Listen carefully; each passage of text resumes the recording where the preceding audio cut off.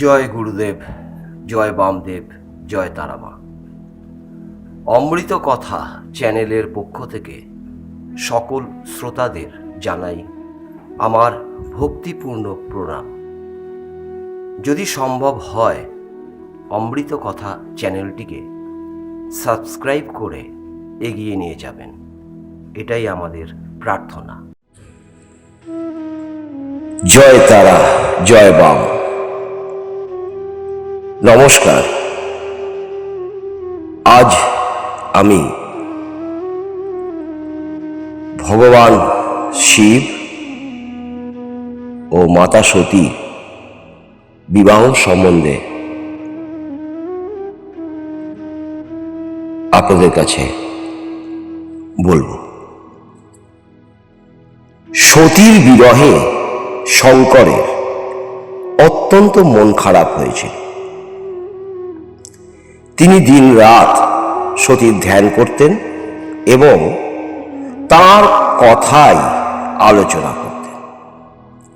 সতীও দেহত্যাগ করার সময় প্রতিজ্ঞা করেছিলেন যে আমি পর্বতরাজ হিমালয়ের সন্তান রূপে জন্মগ্রহণ করে আবার শঙ্করের অর্ধাঙ্গিনী হব।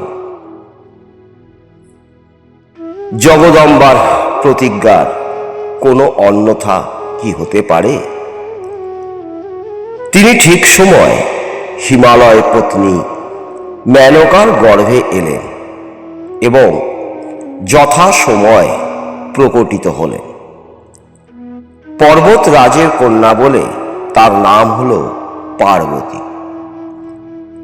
কন্যা বিবাহ উপযুক্তা হলে মা বাবা তার জন্য উপযুক্ত পাত্রের সন্ধান করতে লাগলেন। এই সময় দেবর্ষি নারদ একদিন এসে উপস্থিত হলেন এবং পার্বতীকে দেখে বললেন, এর যোগ্য স্বামী একমাত্র ভগবান শিব, তার সঙ্গেই এর বিবাহ হওয়া উচিত। হিমালয় ও মেনকা যখন জানতে পারলেন যে তাদের কন্যা স্বয়ং জগন্মাতা সতী, তখন তাঁদের আনন্দের সীমা রইল না। মনে মনে তাঁরা নিজেদের ভাগ্যকে ধন্যবাদ দিতে লাগলেন। শ্রী শঙ্কর সতী বিরহে ব্যাকুল হয়ে ঘুরতে ঘুরতে অকস্মাৎ ওই স্থানে এলেন এবং কাছেই যেখানে গঙ্গাবতরণ হয়ে পড়েছে সেই স্থানে তপস্যায় মগ্ন হলেন। হিমালয় এই সংবাদ অবগত হয়ে নিজ কন্যাকে সঙ্গে করে সেই স্থানে এলেন এবং শঙ্করকে তার কন্যার সেবা গ্রহণ করার জন্য অনুরোধ করলেন। শিব প্রথমে এই প্রার্থনায় কর্ণপাত করেননি, কিন্তু পরে পার্বতীর অনুপম ভক্তি দেখে আর ফেরাতে পারলেন না। পার্বতী প্রতিদিন সখী সহ সেই স্থানে শঙ্করের সেবা করার জন্য আসতে লাগলেন।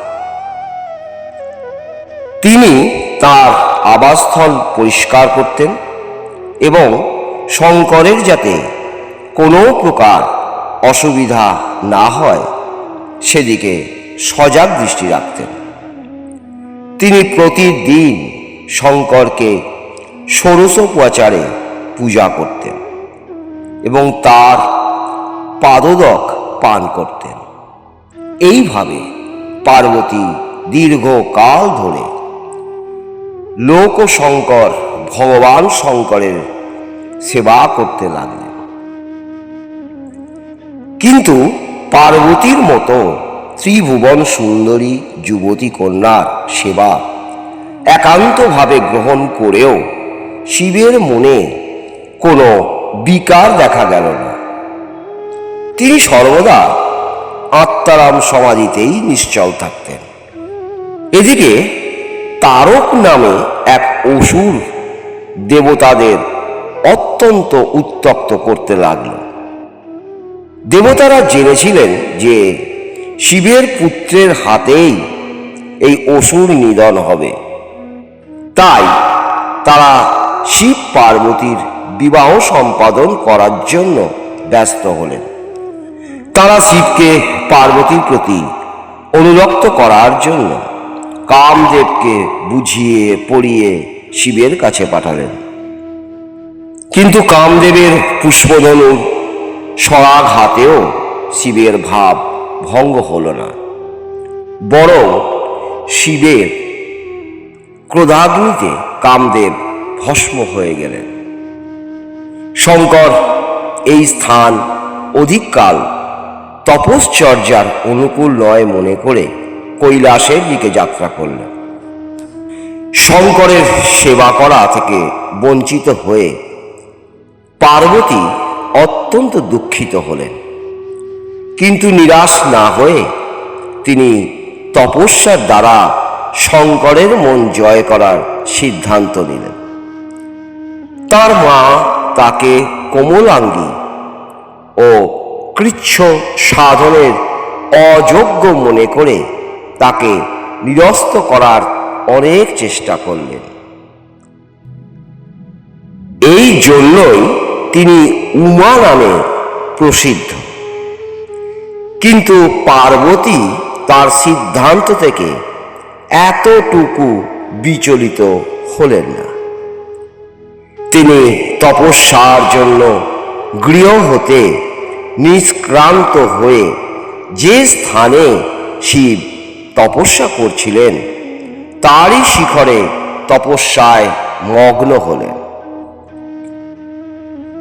তখন থেকেই লোকে এই শিখরটিকে নাম দেয় গৌরী শৃঙ্গ। সেখানে প্রথম বছর তিনি ফলাহার দ্বারা জীবন ধারণ করেন। দ্বিতীয় বছর তিনি পর্ণ অর্থাৎ গাছের পাতা খেয়ে থাকতেন। পরে পর্ণও ত্যাগ করেন। তাই তার আর এক নাম হয় অপর্ণা। এইভাবে তিনি 3000 বছর ব্যাপী কঠোর তপস্যা করেন। তার এই কঠোর তপস্যা দেখে বড় বড় মুনি ঋষিও আশ্চর্যান্বিত হলেন। অবশেষে আশুতোষের আসন টলল। তিনি পার্বতীকে পরীক্ষা করার জন্য প্রথমে সপ্তর্ষিদের পাঠালেন, তারপরে নিজে বামন বেশ ধরে পার্বতীকে পরীক্ষা করতে গমন করলেন। নানাভাবে পরীক্ষা করে তিনি যখন পার্বতীর তার ওপর অবিচল নিষ্ঠা ও ভক্তির পরিচয় পেলেন, তখন তিনি আর নিজেকে আড়াল করতে পারলেন না। তখনই তিনি পার্বতীকে তার আসল পরিচয় দিয়ে তাকে বিবাহ করার বর প্রদান করে অন্তর্হিত হলেন। তপস্যা পূর্ণ হওয়ায় পার্বতী পিতৃগৃহে ফিরে এলেন এবং বাবা মাকে সব বৃত্তান্ত জানালেন। একমাত্র কন্যার কঠোর তপস্যার ফল হয়েছে শুনে বাবা ও মা আনন্দে অধীর হলেন। পরে শঙ্কর বিবাহের প্রস্তাব নিয়ে সপ্তর্ষিদের হিমালয়ের কাছে পাঠালেন এবং এইভাবে বিবাহের তিথি স্থির হল। শঙ্কর নারদ ঋষির মাধ্যমে সমস্ত দেবতাদের বিবাহে উপস্থিত হওয়ার জন্য সাদর আমন্ত্রণ জানালেন এবং ব্রহ্মা, বিষ্ণু প্রভৃতি সকল দেবতা নিজ নিজ অনুগামী সহ নির্দিষ্ট তিথিতে কৈলাসে এসে উপস্থিত হলেন। এদিকে হিমালয়ও অত্যন্ত ধুমধামের সঙ্গে বিয়ের আয়োজন করেছিলেন। শুভ লগ্নে শিব বরযাত্রী সহ হিমালয়ের ভবনে এলেন। প্রথমে শিবের ভীষণ সাজসজ্জা এবং তার ভূত প্রেত সঙ্গীদের দেখে মেনকা অত্যন্ত ভয় পেয়ে কন্যার বিবাহ দেবেন কিনা ভাবছিলেন। পরে তিনি যখন কোটি কামদেবকে লজ্জা দেওয়ার মতো 16 বৎসরের পরম লাবণ্যময় রূপে শিবকে দেখলেন, তখন তিনি সব কিছু ভুলে নিজ কন্যাকে শিবের হাতে সমর্পণ করলেন। হরগৌরীর শুভ বিবাহে সানন্দে সুসম্পন্ন হল। হিমালয় অত্যন্ত আড়ম্বর সহ কন্যা সমর্পণ করলেন। বিষ্ণু এবং অন্যান্য দেবদেবীগণ নানা প্রকার উপহার দিলেন। ব্রহ্মা বেদোক্ত রীতিতে বিবাহ সম্পন্ন করালেন। সকলেই অমিত আনন্দ নিয়ে নিজ নিজ আবাসে ফিরে গেলেন। তাই আমরা বলবো, জয় শিবানী ও শিবের জয়। আজ এই পর্যন্ত।